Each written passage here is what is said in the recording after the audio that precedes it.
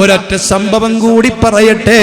ഹുസൈൻ റളിയല്ലാഹു അൻഹു തങ്ങളെ ശറഫാക്കപ്പെട്ട ശിരസ് ഒരു കുന്തത്തിൻ മുകളിൽ നാട്ടിയിട്ട് ആ കുന്തത്തിന്റെ മുകളിൽ നാട്ടിയിരിക്കുന്ന തലയ്ക്കു ചുറ്റും അവർ വന്ന് നിൽക്കുകയാ. അങ്ങാടി പിള്ളേരും തമ്മാടികളും ദുഷ്ട നടപ്പുകാരും വന്നിട്ട് അതിനെ പരിഹസിക്കുകയാ. പെട്ടെന്നൊരു ചെറുപ്പക്കാരൻ വന്നിട്ട് ഹുസൈൻ തങ്ങളെ കണ്ണിലേക്ക് കൈയെത്തുമ്പോ കയ്യതാ നീട്ടുമ്പോ എത്തുന്നില്ല. അവൻ അല്പം കുള്ളനാ. അവൻ വല്ലാതെ പ്രയാസപ്പെട്ടു, പക്ഷേ കയ്യെത്തിയില്ല. അവസാനം ഒരു കൊക്ക കൊണ്ടുവന്നിട്ട് ഹുസൈൻ തങ്ങളെ കണ്ണിലതാ കൊളുത്തിയിട്ട് ആ കണ്ണിങ് ചൊയ്ന്നെടുത്തിട്ട് ഹുസൈൻ തങ്ങളെ പല്ലുകൾ ഓരോന്നോരായി കുത്തിയിട്ട ആ മനുഷ്യനാ. അല്ലാ അഹ്ലു ബൈത്തിനെ പോലെ അനുഭവിച്ചവരുണ്ടോ? അവരെ പോലെ പരീക്ഷണങ്ങൾ അനുഭവിച്ചവരുണ്ടോ? സഹിച്ചവരുണ്ടോ? ആ മനുഷ്യൻ പിൽക്കാലത്ത് സംഭവിച്ചത് എന്താണെന്നറിയോ?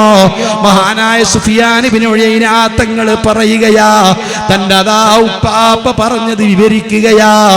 ഒന്നുമല്ല, ആ മനുഷ്യന് നീളമില്ലാത്തത് കൊണ്ട് കൃത്രിമമായിട്ട് നീളം കൂടാൻ വേണ്ടിയിട്ട് ഏന്തിയതല്ലേ. അല്ലാഹു ആ മനുഷ്യനങ്ങ് നീട്ടിക്കൊടുത്തു. അവന്റെ ലിംഗത്തെ റബ്ബങ്ങ് നീട്ടിക്കൊടുത്തു. ജനനേന്ദ്രിയം നീണ്ടു നീണ്ടു നീണ്ടു നീണ്ടു അവന് നടക്കാൻ പറ്റാതെയായി.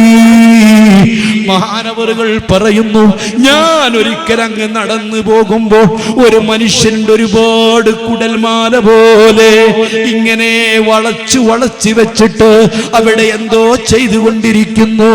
ഞാൻ ചോദിച്ചു, നിങ്ങളുടെ നാട്ടിൽ നരഭോജികളുണ്ടോ? മനുഷ്യരെ തിന്നുന്നവരുണ്ടോ? പറഞ്ഞു, അല്ല അല്ല, ഈ മനുഷ്യന് പടച്ച റബ്ബ് നീളം കൊടുത്തതാ, ജനനേന്ദ്രിയം നീട്ടിക്കൊടുത്തതാ. അതൊന്ന് മടക്കി വെച്ചിട്ടൊന്ന് മൂത്രിക്കാൻ വേണ്ടിയിട്ട് അതിന്റെ അഗ്രം തിരയുകയാ. അല്ലാ അഹ്ലു ബൈത്തിനോട് കളിക്കണ്ട. അവര് വല്ലാതെ വിട്ടുവീഴ്ച ചെയ്യുന്നവരാ, സമാധാനമുള്ളവരാ. പക്ഷേ ഗതികെട്ടാൽ അവരെങ്ങാനും ഒരു വിരലനക്കിയാൽ, മനസ്സിൽ വല്ലതും ഒന്ന് പറഞ്ഞാൽ, മോനെ നിന്റെ ദുനിയാവും നിന്റെ ആഖിറവും നട്ടത്തിലാ. ആഖിർ സമാനിലെ മക്കളെ, അതുകൊണ്ട് രക്ഷപ്പെടണോ? ദുനിയാവ് രക്ഷപ്പെടണോ? ആഖിറം രക്ഷപ്പെടണോ? ഖബറിൽ രക്ഷപ്പെടണോ? മരിക്കുന്ന സമയത്ത് രക്ഷ വേണോ? നിനക്ക് സലാമത്ത് വേണോ? ഹബീബായ തങ്ങൾ പറഞ്ഞ കപ്പല് മുറുകെ പിടിച്ചോ.